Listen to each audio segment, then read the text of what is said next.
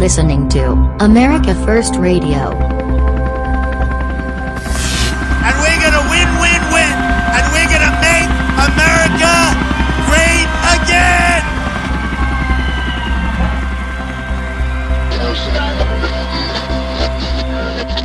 Here is your host, Paul Adams. Hello again, this is Paul Adams, and welcome to America First Radio, where we can hold no-holds-barred civil conversations in the untamed political jungle. I want to start off with a Hillary bash. I just have that urge, that need. It's kind of a ritual for me, and as I said in my post last time and the previous time, I am so, how shall I put it, convinced that the four fallen heroes in Benghazi, Chris Stevens, Tyron Woods, Glenn Doherty, and Sean Smith, would want me to do this, okay, because they cannot vote. And as I said in my Twitter theme, which I have dedicated to these four gentlemen, voting for the biodegradable organism with a vagina by the name of Hillary Clinton means that you're an accessory after the fact to its Benghazi murders, to the breach in our national security, to the funding and training of terrorists like Al-Qaeda and ISIS, and are also a co-enabler in the raping of women by her husband, and in the stoning of women in Saudi Arabia, and the execution of gays in Saudi Arabia, and in the death of American soldiers who unwittingly fought wars for profits for the big corporations. So this is a ritual for me, and in a way, I kind of feel sorry for Hillary Clinton, because, you have to remember, she at one time was a little girl. She was cute, she was innocent, lovely, and somehow along the way she got warped. She made all the wrong decisions in her life. So I feel sorry for that innocent little girl. I feel sorry for her because she will suffer now in the hereafter. I feel sorry for her because I sense she's demon-possessed. But justice requires that she pays for her crimes and that she feels some kind of remorse. So let's continue with the Hillary bashing here. Maybe this will help her heal, and maybe she'll make a 180 at the last minute. Let's hope so. Now, I listened to Rudy Giuliani bash her, and this particular clip I'm about to share with you is simply a handbook. I'm sure Mr. Trump is going to take some notes from Mr. Giuliani and use them, implement them in his debates. You have to remember who Hillary was as a young attorney. She defended a criminal, a rapist who had raped a 12-year-old child. She got him off scot-free. The argument she used is that the little girl had fantasies about older men, okay? She just cajoled and manipulated the jury. And this guy was set free. So if she can do that, if she has the capacity to commit that kind of evil, what can she do as a grown-up to other grown-ups? So here's the clip. I hope you enjoy it. Was that to me, as a 15-year, 17-year member of the Justice Department, a disgrace and an embarrassment? Do you know if I did half of it, if I did a quarter of that, they would have put me in jail in 2 minutes. And now we find out that the Clinton Foundation has been getting millions of dollars, hundreds of millions of dollars, in order to gain access to the State Department. So I go back to the days I was a prosecutor. The Clinton Foundation is absolutely fraudulent. It is completely corrupt. She disgraced the State Department by making it a pay-for-play State Department. And if I were back in my old job as U.S. Attorney in the Southern District of New York, I would indict them as a racketeering enterprise, because that's what they are. Now, let me address myself to the younger generation who may be listening in on this program, and especially if you have been a Bernie supporter and now are a Hillary supporter, if you're one of those never Trump supporters, or I should say never Trump fanatics, what will it take to make you people see reality? Because I've heard millennials being interviewed and they say things like, we have a nuanced understanding of politics. You know, there are people over their 50s and 60s who still don't see the big picture. And you young guys, gals, think that you have a nuanced understanding of politics? No. You have an understanding of politics that has been prepared for you by the mainstream media. You are, I'm sorry to say, brainwashed. You understand only what the social engineers want you to understand through their fourth arm, the mainstream media. You do not have a nuanced understanding of politics. You care about the immediate issues, about economic opportunities, educational opportunities, and gay rights and abortion, but you are missing the bigger picture and are being led to the slaughterhouse like sheep. You keep on taking sides in this two-party system, kabuki theater. And that's proof to me that you're in the matrix still, and you can't see the forest for the trees. So look how Bernie carefully led you like a Pied Piper. He knew he couldn't beat Hillary. He knew the system was rigged against him. He knew that with a superdelegate structure there was no way on earth he could win. So he opted to put Hillary's feet to the fire, knowing full well there was no way on earth he could win. The next best thing for him would have been like a cabinet post if she won the election. Can't you see it? Can't you see that was the reason he never broadsided her on the email server? That's the reason he said in the debate, I'm sick and tired of hearing about your damned emails. As she walked over to him and thanked him for being lenient, soft on her. Surely now you should be able to see with the WikiLeaks revealing the fraud that the DNC nomination was stolen. Are your eyes open yet? Are you asking the hard questions? Like, who would want to rig the elections besides the DNC? Who is behind all this? Who are the donors that would control Hillary and the country if she's elected? Are you waking up slowly? Because it's always about puppet masters controlling puppets. The people with the money control the people in government. The people who have the power to blackmail politicians are in power.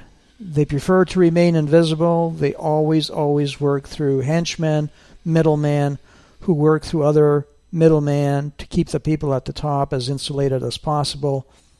And at the top you have people like George Soros, who is public enemy number one, who creates these organizations with the most user-friendly, most humanitarian names like Open Society and MoveOn.org. They are nothing but triple sugar-coated cyanide pills. Of course, what would you expect from a guy who was a Nazi collaborator, who snitched on fellow Jews? And you think you have a nuanced understanding of politics when you want to vote for Hillary Clinton? You are looking at the world from a 500-foot level, and you are so scary to me because you will vote for whoever will promise you what you want to hear. Because you don't see how America is being taken down step by step, how it's being boiled like a frog slowly. You don't realize that Obama did the same thing when he was running for president. He was marketed as the outsider, the first black president. We still don't know why his records are sealed. He promised change. He promised everything the masses wanted to hear. He was the first black president, as Hillary is the first woman to be elected president. Can't you see the similarities? You people don't understand. politicians and their donors spend millions of dollars in consultation fees, in focus groups, in real-time metadata and geospatial stats to give them a sense of what the masses need to hear. It is a science, and they are marketed as saviors. When Hillary Clinton falsely promises something, it's not her. It's her donor class, which controls her, that is feeding her the lines and the script. And you'll probably see this in the debate. She'll most likely be equipped with an earpiece to feed her lines when she gets stuck during the debate. Doesn't get more unreal than that. So you can't see that these politicians are controlled, that they are bought. They are under the thumb of a new world order agenda. And it really makes me sick to my stomach when I hear people being led like dumb sheep to the slaughter. And the sad part is most Americans don't tune into the election until 2 weeks before the voting takes place. The majority are just too busy with their lives. That's so sad. So sad. And this is why I keep saying America is in free fall. It is ablaze. It is rotting from the inside. And I'll be damned if I'm going to just sit back here and watch. Literally, I'll be damned, not figuratively. I'll be damned in the hereafter for not having done my part. The globalists run the banks, and the banks own the candidates. All of them, they are owned, all except Trump. If he doesn't sound like the stereotypical politician, it's because he's not a politician. He hates politicians. He hates the system. He hates corrupt politicians and the establishment, the status quo. Of course, we all want jobs, but you don't realize that voting for Hillary Clinton is like opening the doors of globalism wide open. There will be no new jobs. She has vowed to increase taxes on the middle class. But you know what? That's all moot. The fact that she's promoted as the first woman to occupy the White House should be a red flag. That should not be a good enough reason to elect her for president, because besides the fact that Victoria Claflin Woodhull was the first woman to run for president back in 1872. She was also the first woman to own a stock brokerage firm on Wall Street. You know, nobody talks about that. Has anybody asked Hillary if she understands that she's not the first woman to run for president? But again, all that is moot. The fact that you even consider Hillary morally fit after what she has done in Benghazi, what she has done with her email servers, how she used her office as Secretary of State to sell favors through her Clinton Foundation.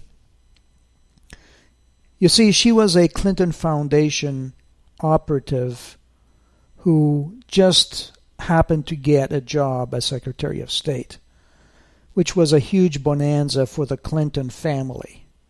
Okay, the Clinton Foundation takes care of the Clinton family. Okay, it's not like she was Secretary of State hoping to take care of the American people. No. She was there as a plant from the Clinton Foundation. The fact that you don't understand all that tells me that by voting for her, you would rather be branded as an accessory after the fact to her crimes than miss the opportunity of having a woman in the White House.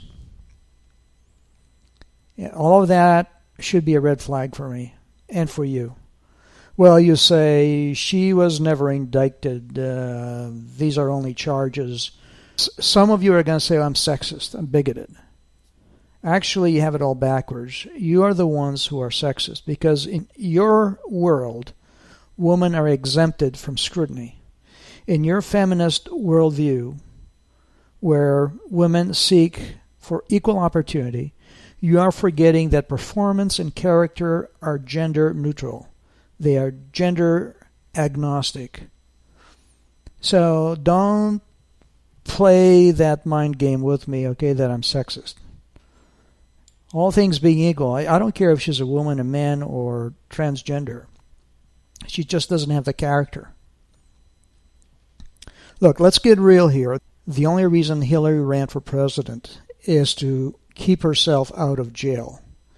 You see, had she remained a private citizen, the email scandals, the Benghazi scandal, her corrupted foundation eventually would have sunk her. So what better smokescreen, what better con than run for president of the United States? But God will have none of that, and he will make a public example of her, I promise you. So take note, all you witches and warlocks who are invoking the powers of darkness on her behalf.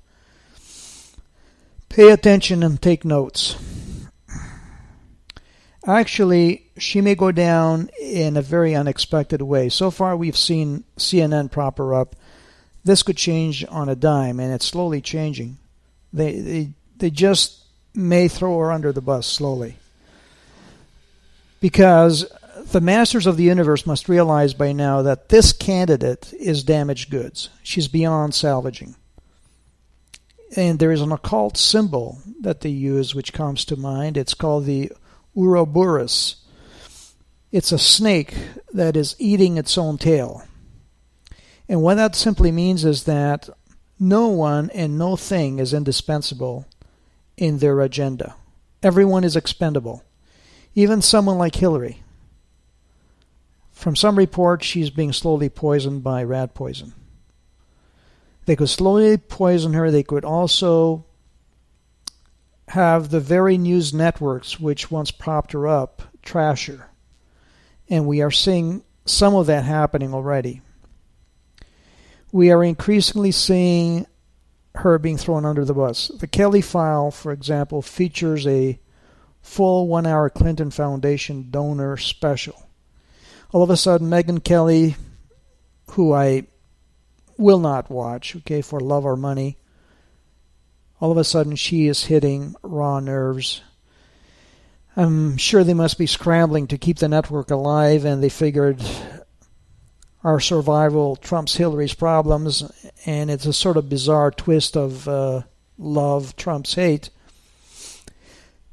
Even Julian Assange is being interviewed on CNN.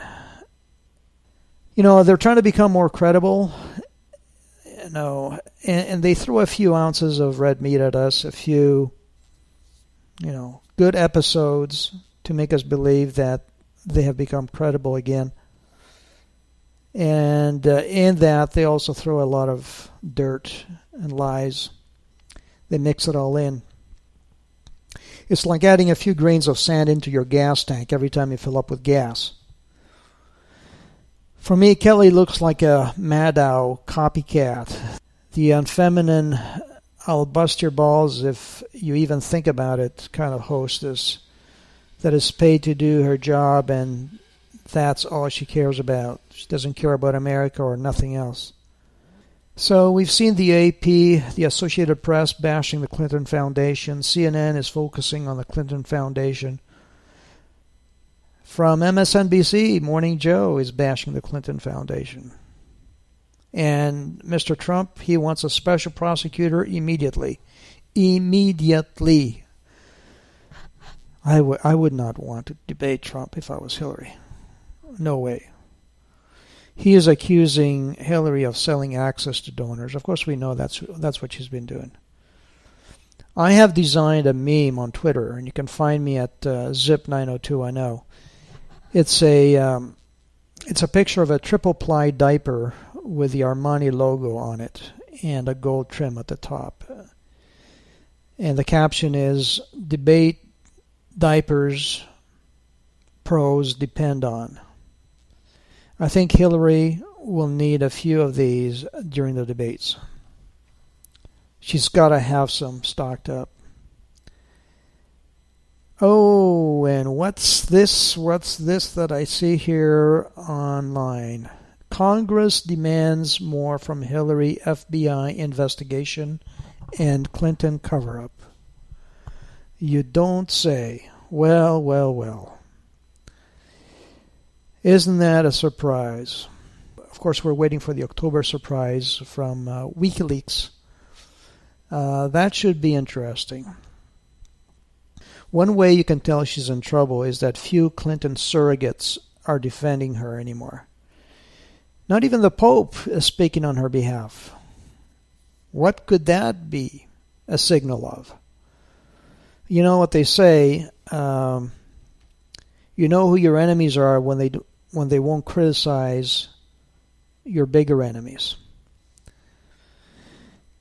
Maybe they've run out of ways to instruct her, or maybe they are waiting for instructions from Lucifer himself on which tack she should take.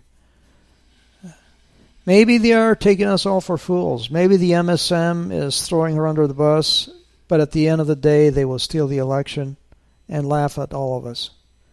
And at that point, what difference will it make, right? If the mainstream media has pounced on her or not? I highly recommend you watch the movie Clinton Cash and also Dinesh D'Souza's movie Hillary's America. Those are must-see, must-watch.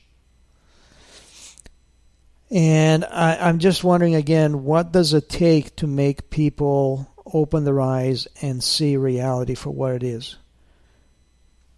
Young people especially, you have to wake up. You have such short time. Please wake up. You can only see what's in front of your nose. The globalists want you to depend on a false reality, on false promises. They are leading you like Pied Pipers. You have got to wake up. You have got to discern between nationalists and globalists. See, Obama, he promised huge change in 2008. And look where we are now, 8 years later. He's a globalist puppet. I created a meme which shows some black slaves from way back when superimposed onto a picture of poor Americans lined up outside a welfare office. And the caption is, "Vote Democrat to keep slavery alive because despair and dependency keep Democrats in power." That is the truth. There's a party named the Democratic Party that depends on despair and on dependency so that it can stay in power. It only relieves so much. It only produces so many safety nets, but it keeps the people dependent. So I go back again to young voters saying that they have a nuanced understanding of politics. Really? How about if I give you a quick test here, okay? Do you know anything about the petrodollar? Do you know what the relationship is between the Federal Reserve Bank and the economy? Between wars and the national debt? Between the national debt and the dollar? Did you know that in the Iraqi war, there were close to 100,000 private contractors hired? That's 100,000 private companies that were hired as backup support. Do you understand how powerful lobbies are that buy out politicians? Because as George W. Bush said, commercial interests sometimes trump national security. Wars mean a greater national debt, like $3 trillion more just for the Iraqi war. That's when you add future veteran benefits. And who's going to pay for all that? You and I, the middle class, with more taxes. And that's why more Americans refuse to pay income taxes. And that's why the government is neglecting veterans, because the government would rather see veterans die on the streets than take care of them over the long term, because they are a liability, they are an added expense, they're a budget item that shouldn't be there. Even the elderly are seen as a liability. The government would rather they didn't have to pay Social Security. Do you understand all that? The interrelationship between the wars that only profit those at the top and the people? Do you understand that a political party would rather stay in power by outsourcing jobs to China and Mexico with deals like NAFTA and the TPP so that it can create dependence on a government that promises entitlements? like free phones. I'm sure you understand that because everybody that was in the DNC convention had signs up, no TPP. At least you understand that. Do you understand the connection between tariffs and jobs, between regulations on business and job creation at the grassroots level? Between the capital requirements for small banks and the creation of small businesses at the grassroots level? Do you understand what the Baltic Dry Index measures? Do you know how quantitative easing props up the stock market? Do you know who the real masters of the universe are? Because if you do, hats off to you. Even I don't even know who all of them are. I can name a few, a handful. But who is at the very top of the pyramid? You know, some people say all roads lead to Rome, the Catholic Church. I have to see it to believe it. Some say Islam was created by the Roman Catholic Church. I'm not 100% convinced. I need more evidence. I have heard people say we have no choice in this November election. You have no choice? Really? Is it that hard to figure out who to select, who to elect into office? Let's look at the facts, because Donald Trump did not quadruple the price of food. He did not start a race war, did not leave any U.S. soldiers in Benghazi to be slaughtered and desecrated by Muslims. Trump did not arm ISIS and systematically exterminate Christians throughout the Middle East. Trump did not provide financing and technology to Iran's nuclear weapons program. Trump did not ignore the Marines who were stranded. He sent his own airplane to pick them up. Trump visited the Louisiana flood victims right away. He didn't wait a week to finish up his golf games. Trump did not pay $400 million to release hostages, which is setting a new precedent, as now Americans are being targeted worldwide. Trump did not give our military secrets to China. Trump is not planning a war with China like Hillary is, to surrender world power to China. Why do you think she's wearing those symbolic Mao outfits? Trump did not betray our veterans. He hasn't let them go homeless. Trump did not send American jobs overseas. Trump did not increase our debt to $20 trillion. He did not double African American unemployment, did not increase welfare to a record level for 8 years, did not sign a law making it illegal to execute and imprison Americans. Trump did not steal your rights, violate the United States Constitution, or commit treason hundreds of times. But Barack Hussein Obama and Hillary Clinton have done all that, and more. And all the other criminals that are occupying our government, who are supporting Obama's policies, they have been destroying America systematically. Are you awake yet? You should be. You should be, because according to stats, only 6% trust the media. The people are slowly waking up. CNN is continuing to lose viewers, and I predict that in less than 2 years, they'll be extinct. The mainstream media is being replaced by social media and WikiLeaks, and there's no turning back. Now, we still have advertising empires that can manipulate us. We have the entertainment industry that can manipulate us. A man by the name of Edward Bernays invented public relations. He popularized cigarettes. They were called, at that time, torches of freedom, at a time when women were being emancipated by the Rockefeller Empire, I might add. So they had women smoking cigarettes on posters, in movies.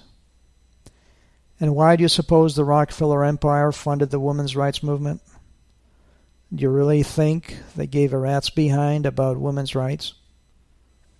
No. They pushed for the emancipation of women only to create more tax revenues for the IRS. They wanted women out of the house and holding jobs so that the collection agency of the Federal Reserve Bank, the infamous IRS, could rake in more revenues for the Fed. And abortion has been popularized to call the African American population, to reduce it. You have to wake up. See, they wanted colored people out of circulation. And by the way, on a tangent, if I was a black person and a white man called me colored, here's what I would tell him. Because I am placing myself in the shoes of a black man. And until and unless you can place yourself in the shoes of your brother and sister, you cannot empathize. And when people cannot empathize, you cannot bring about peace in your community and in the world. So, if I was a black man, and let's say somebody came up to me, some white dude, and he called me colored, this is what I would tell him. I'd say, dude, when you white folks are born, your color is pink. When you're freezing cold, you turn blue. When you're angry, you turn red. When you're bruised, you turn purple. When you're anemic, you can turn green. You tan and you get bronzed. And the only time you're black is when you get a black eye. So who are you calling colored? You've got it all backwards. And when you die, when you folks die, you turn gray. So don't be calling me colored. So you see, it's all about how we perceive the world. And that is what the media tries to do to us. It conditions us to see the world in a certain way. Edward Bernays went as far as to popularize World War I by scaring the American people out of their wits with posters showing the world being overtaken by a giant gorilla wearing a German army helmet, or with posters showing New York burning, very much like the images we saw on 9/11, the Twin Towers being blown apart in fiery explosions. See, that's how the elites in 1917 got Americans to enter World War I in what they called the Great Adventure. For them, it was an adventure. It wasn't a war. And people were lining up 3 deep to enlist, to go to war. And at the same time, women were starting to smoke, polluting their lungs with cigarettes, which were called torches of freedom, and became the symbol of the new emancipated woman. That's what the media can do. See, the Pentagon spends about $1 billion in advertising every year, manipulating public opinion, manipulating press spokesmen, co-opting and spinning the news and the entertainment industry. What do you think movies do? They are programming us subliminally. They are predisposing us to new conditions and environments and behaviors. They are changing our attitudes and our outlooks. That's what movies do. That's what video games do. This is how evil is slowly normalized, by repeating it over and over nonchalantly, using celebrities if possible. And so, my friends, we come to the end of this program, and all I have to say is, wake up. Wake up. You have to wake up. We need you. We need you on the right side of the equation here. The future needs you. We can't go on the way we have been going on. Business as usual. With pay-for-play schemes, with the corrupt politicians in power, it just cannot survive. The country, the republic, cannot sustain that kind of corruption any longer. We need to elect Donald Trump. He's our last chance, folks. He's our last chance. Take a close, hard look at his whole life. Listen to him being interviewed by Oprah years ago, by other networks, and you'll hear his sincerity, his deep concern for America.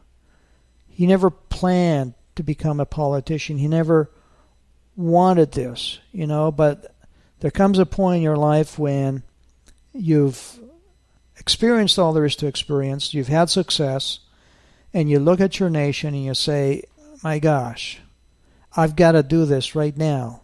It's now or never. I need to step up to the plate and do something.